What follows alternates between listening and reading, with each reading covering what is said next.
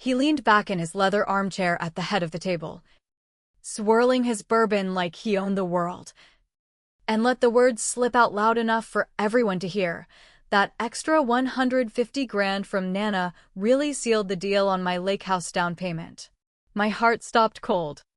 Nana's money, my share of the inheritance I'd been waiting on for years, and the whole family knew it, but me. The clink of silverware faded into a ringing silence as 2 years of deception unraveled in one smug, alcohol-fueled brag.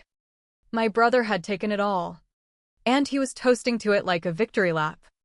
My name is Anna Thompson, and up until that fateful Thanksgiving in Seattle, I clung to the idea that blood meant unbreakable loyalty. At 29, I scraped by as a digital marketer for a mid-sized tech startup downtown, pulling late nights in my one-bedroom rental overlooking the rainy Puget Sound. Rent ate half my paycheck. But I told myself it was temporary. Nana's inheritance would hit soon. $150,000 that could wipe my debts clean and let me start fresh. Maybe even launch my own freelance agency. But pulling up to Michael's sprawling estate in Bellevue that evening, with its manicured lawn and floor-to-ceiling windows glowing against the Pacific Northwest drizzle, I already felt like an outsider. My beat-up Subaru slotted between his Range Rover and Mom's Audi, a stark reminder of the gap between us. "Anna, you're late as usual," Mom greeted me at the door, her highlights fresh and her smile practiced. The dining room screamed success: polished oak table, crystal stemware that cost more than my monthly groceries, and place settings straight out of a lifestyle blog. Michael presided at the head, his wife Lauren beside him, their 3-year-old daughter doodling on a napkin while cousin Lisa and her fiancé rounded out the group. "Look who graced us with her presence," Michael smirked, his tie loosened and cheeks flushed from his second drink. That familiar arrogance he'd worn since childhood, the one that always made me feel small. The night dragged on in predictable fashion, Mom fussing over the glazed ham, Lauren subtly boasting about their recent Whidbey Island getaway, Michael commandeering every topic like it was a boardroom meeting. I poked at my plate, counting down to escape. Then came the toast. To family, he raised his glass, voice slurring just enough to betray the buzz. To wise choices and building legacies, he chuckled. Deep and empty. Hell, I owe it all to Nana. That $150K came at the perfect time for the down payment. My gut twisted. Lauren patted his arm, clueless. But the air thickened. "What?" I choked out, my voice barely above a whisper. Michael's eyes locked on mine, glassy and defiant. "Oh, come on, Anna. Don't play dumb." Someone had to make that money work instead of letting it rot in limbo. The table froze. Even the kids stopped fidgeting. That was our inheritance, split down the middle. He shrugged like it was nothing. "You signed off on it. Remember? Power of attorney. Estate executor stuff." Ring a bell. My mind flashed back 2 years, Nana's funeral. The haze of grief. Michael showing up with a stack of papers, his voice smooth as silk. "Let me handle the mess. Sis. Probate's a nightmare, taxes, fees, red tape. I'll protect what's ours." I'd trusted him. Scribbled my name on every flagged line without a second glance. Stupid. Blind. "You said it was temporary management," I whispered, knuckles white around my fork. "I said what needed saying. You were drowning in debt, barely holding a job. Face it, you'd have blown it on nothing." Mom cleared her throat, but her eyes darted away. She knew. They all did. "You stole from me." My voice cracked. "I invested what was mine. You just made it easy." I shoved back my chair, the screech echoing like a gunshot. Grabbing my coat, I ignored Mom's weak "Anna, wait," and bolted into the rain.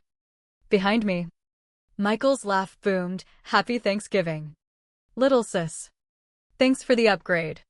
I drove 2 miles before pulling over. Rain hammering the roof as sobs racked my body. Fumbling for my phone. I scrolled through old texts and emails, nothing concrete. No proof. He'd covered his tracks perfectly. But in that storm-soaked car, rage hardened into resolve. Michael thought I was the pushover. The failure. He was dead wrong. That night, insomnia clawed at me. Memories piecing together like a jagged puzzle. Nana Margaret had passed from a sudden stroke at 88. Her mind sharp till the end. She'd loved us both equally, or so I'd believed. Though while reading in that stuffy attorney's office downtown, $300,000 in cash assets, divided evenly between her grandkids, Michael and Anna Thompson. I'd sat there, mentally mapping my escape from financial quicksand. But Michael had cornered me after. All concerned sibling vibes. Probate can eat half this if we're not smart. Let me quarterback it, my financial advisor knows the ropes. The documents were a blur, I'd signed in grief-fueled autopilot. For 2 years. His excuses flowed like cheap wine, IRS audits dragging, waiting for market bounce, tax optimization in progress. Always that condescending tone. Like I was a kid asking for allowance. And I'd bought it because why would family screw you over? Now, staring at my laptop screen in the dim glow of my apartment, I dug deep. Emails vague. Texts evasive. No official papers. He ghosted the real trail. By dawn, clarity hit, no delays. No complications. He'd siphoned it all early.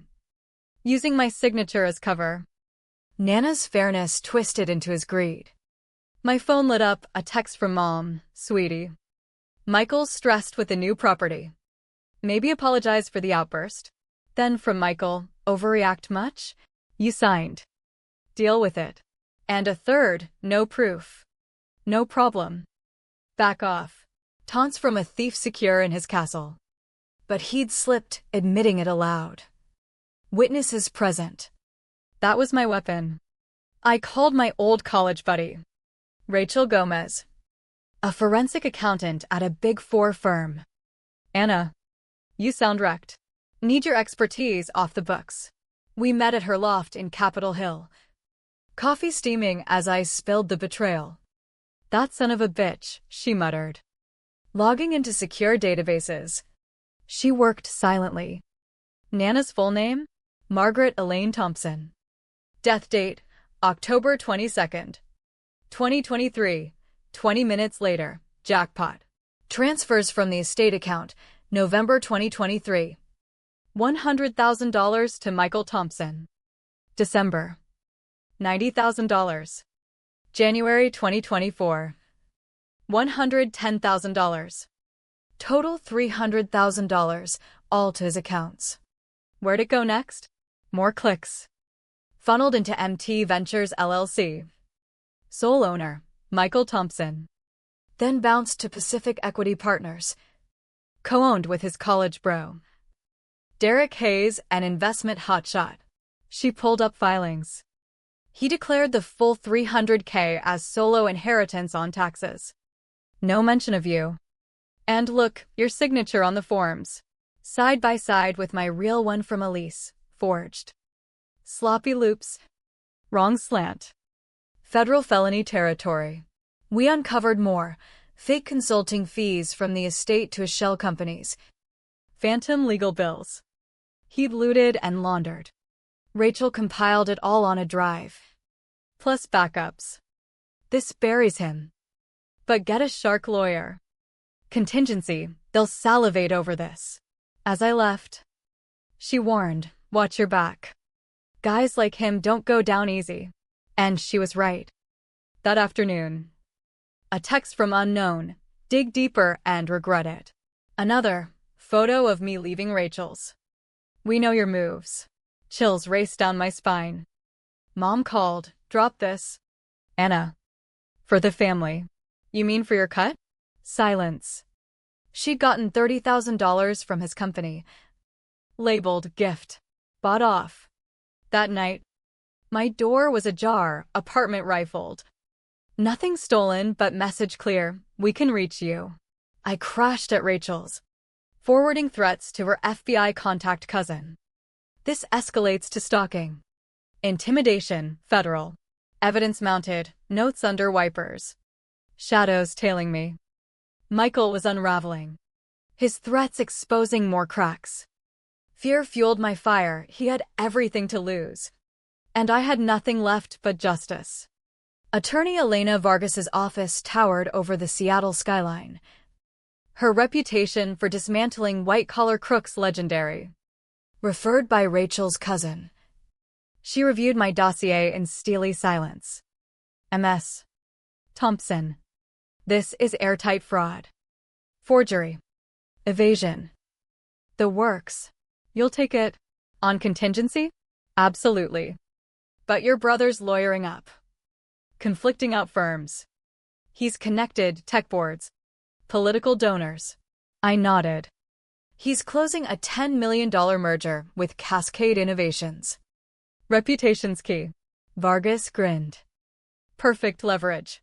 Strategy. Civil suit for the $150K plus interest and damages. Parallel criminal prep for fraud. We dangled jail to force settlement. But we needed witnesses. I approached Cousin Lisa at a neutral cafe. She fidgeted. I heard him admit it. But Michael co-signed our business loan. Can't risk. Yet she whispered, Lauren thinks it's all legit business wins.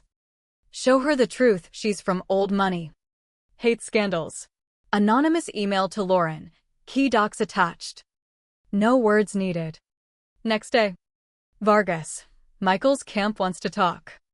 Domestic drama, Lauren bolted with the kid. The meeting was war, Michael's team across the glass table. Him disheveled. Lauren icy. Mom avoiding eyes. Offer, $60K to walk. Vargas laughed. Try $150K principal. $40K interest. $60K damages, $250K total. Evidence avalanche, records. Forgeries. Threats. Chaos erupted, Lauren demanding truths. Mom crumbling. Then her bombshell, Thanksgiving audio. Michael's confession played. Sealing it. New terms, $250K. No contact. Resignation from boards. Or criminal charges plus SEC scrutiny on his shady deals. He signed. Broken. But payment stalled. Vargas filed charges. Leaks tanked his merger. Emergency meet. Full confession taped his plot from day one. Viewing me as the family flop. Immediate $90K transfer. Rest in 30 days via asset sales. His empire crumbled. House sold. Divorce savage. IRS probing. I collected every cent. But victory tasted like ash. Donated extras to fraud victim charities. Kept my share for stability, a modest condo. My agency launch. Family? Ghosts. Mom's pleas ignored. Others silent. At Nana's grave a year on. Wind whispering regrets. I realized revenge forged me stronger. But at the cost of innocence. Betrayal's scar permanent. But so was my resolve. When calls came from others like me, I answered, I can help. I've walked through the fire.